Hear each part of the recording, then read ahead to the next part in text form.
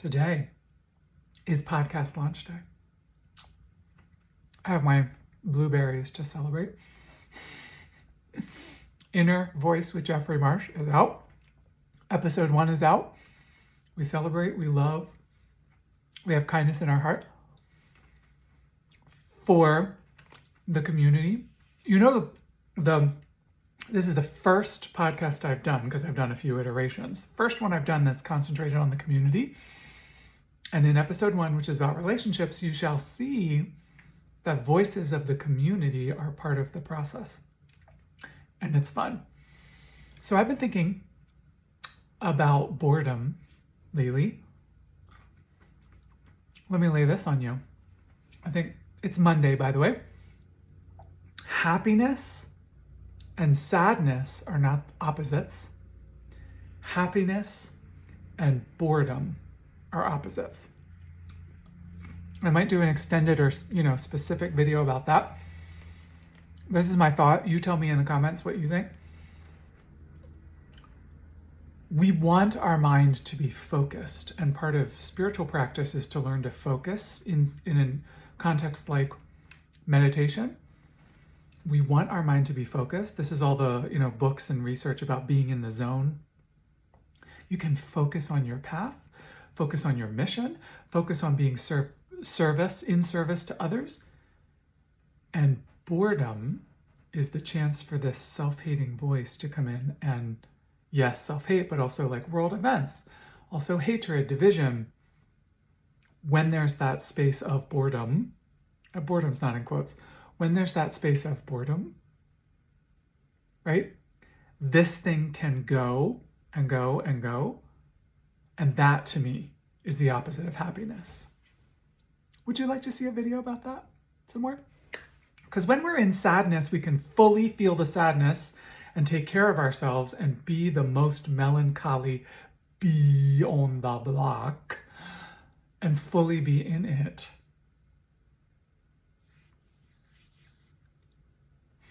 So I have some of your emails in front of me, and I have an email all the way from France. Shall we? I talk in these extended morning sessions, not always with snacks, but, dropped a blueberry.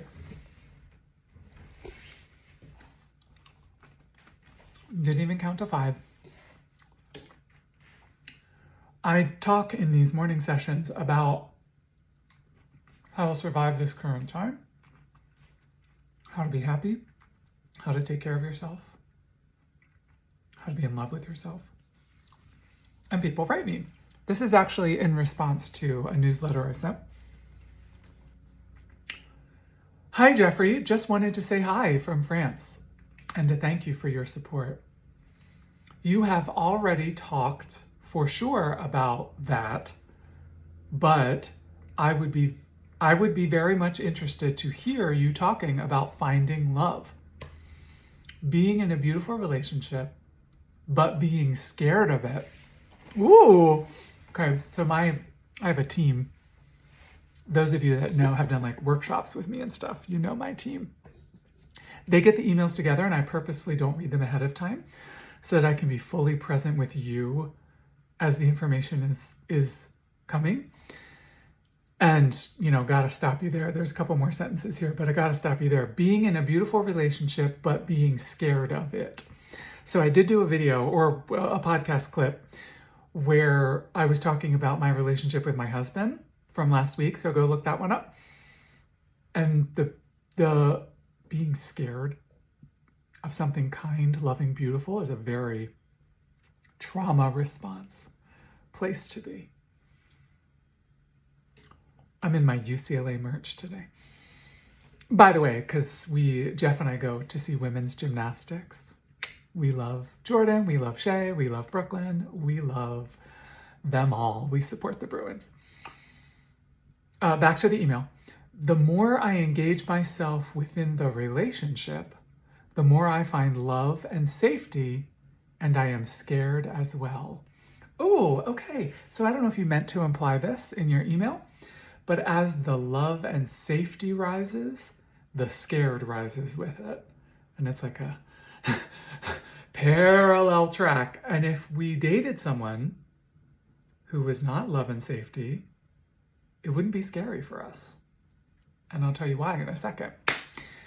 This is something, as like a person who's, has a lot of self-hate. Another sentence from the email. This is something I am working on a lot, finding balance in a safety environment today is challenging, ! All the best to you and your husband. Much love. This to me is the constant self-hate human plight, because we were trained to take the outside voices and make them inside voices. And along comes somebody nice and they don't match our inside voices. It's the weirdest thing in the world, but being the victim of that self-hate is me, is who I am.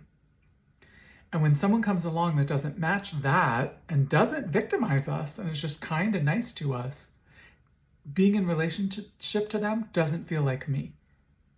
That's I'm talking from my own experience, by the way, that's part of the fear. That's part of the difficulty. That's part of what we get tripped up on when we start to try and go and date someone who's nice to us. And it sounds terrible. We might say, I want someone nice, but we want the drama. We want the outside reflection of our inside self-hate, mostly because we think that's what we deserve. In a world, hatred, division, war, targeting of innocent people, in that world, there is enough violence. We don't need to have internal violence. We need to commit ourselves to nonviolence in the world and nonviolence inside of us. Next. Thank you, next. I don't do pop music, but wasn't that Ariana Grande? Subject.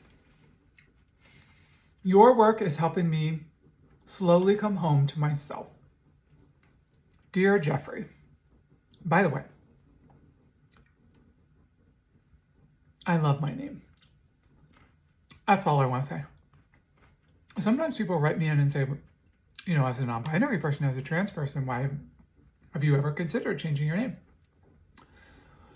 I'm pretty sure I was told as a child anyway that Jeffrey means God's gift, so I feel like we might as well keep it since it's the truth. Okay. Your work is helping me slowly come home to myself. Dear Jeffrey, I found you through a clip on Instagram about guilt. Sounds like me. And I just sobbed. You said something like, you don't owe someone your life just because they gave you guilt. Sounds like me. I've never heard anyone say it that way before. I'm 44, a mom, a therapist, and I've spent my life making sure everyone around me is okay. Do you know in my coaching business how many therapists I coach? It's really fun to work with people who are at a high level of service. And I've spent my life making sure everyone around me is okay. But your work has helped me see to F everybody. That's not what it says. Your work has helped me see I've been emotionally malnourished for years. That's a video I did. Are you emotionally malnourished? I've been running on fumes trying to be fine. How do I start giving myself the kind of care I so easily give to others? Well, with gratitude is the sign-off, because I find sign-offs very important. Well, funny you should start the email with mentioning guilt, because that's the first thing you gotta look at. And I would do a little exercise and pretend that you're speaking to a friend who feels guilty whenever she tries to take care of herself. And what would you say to her? There's your foundation for how to speak to yourself. And so much of my work with people, workshops, is getting people to speak more kindly to themselves. Getting people to say, I love you. I'm glad you're here. It's okay. And even inner mentoring, even saying to yourself, I'll take care of this for you. Someone doesn't want to someone within you. I hope it's okay for me to be Buddhist philosophical since I'm a Buddhist. Someone within you doesn't want to set a boundary. An inner mentor can step in and say, I'll do this for you. I'll set a boundary for you. I'll step forward. It's not just saying kind, encouraging things. Sometimes it's taking action. Anyhow. Okay. I'm picking one. Oh, that's funny. Okay. Your podcast made me cry in the best way. I listened to the first episode of Inner Voice because we did it. We did it as a preview. Today is official launch, but we did it as a preview a little while ago for the community. I listened to the first episode of Inner Voice and I just wept. Hearing you talk, people, there's a little theme here. People are crying. Hearing you talk about vulnerability as the way to get the good stuff in relationships hit me like a freight train.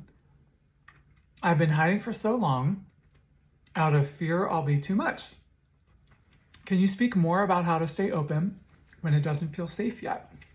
Love, is the send off. Okay. I'll keep my remarks brief and then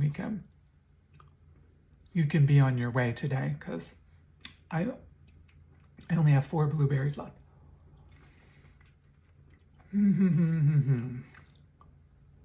Don't force yourself. Part of the spiritual path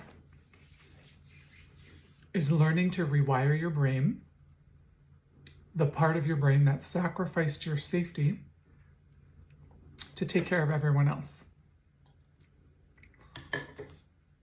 Part of the spiritual path is to learn that your safety is paramount, important, a good thing, necessary, and learning to listen to that part that you might have quashed. That's something not right here. This is not good. Let's set a boundary. This is too much.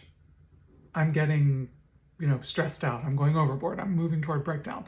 All of these signals that we learn to just squash, you want not to squash. So your question, can you speak more about how to stay open when it doesn't feel safe yet? Don't worry about being open. Do your best to help yourself feel safe, whether that's doing something in the outside world, withdrawing, setting a boundary, communicating, all that sort of stuff, or within, make sure that safety is rock solid. I'm 47. Had to do the math real quick. Once you get to a certain age, things get caught in your teeth, and I have blueberry. When you turn off or ignore your sensations of this doesn't feel right, you're reinforcing that signal that you got as a kid that, other people's needs were more important than yours. So don't worry about doing anything until you have a rock solid sense of safety. And in the world we're in 2025, that's going to be the most paramount, most important thing for you, is to honor that internal knowing and to cultivate it and get closer to it. Okay, I'm going to go do my workout, and don't forget about the webinar on July 1st, and don't forget that today is podcast launch day. Inner Voice with Jeffrey Marsh.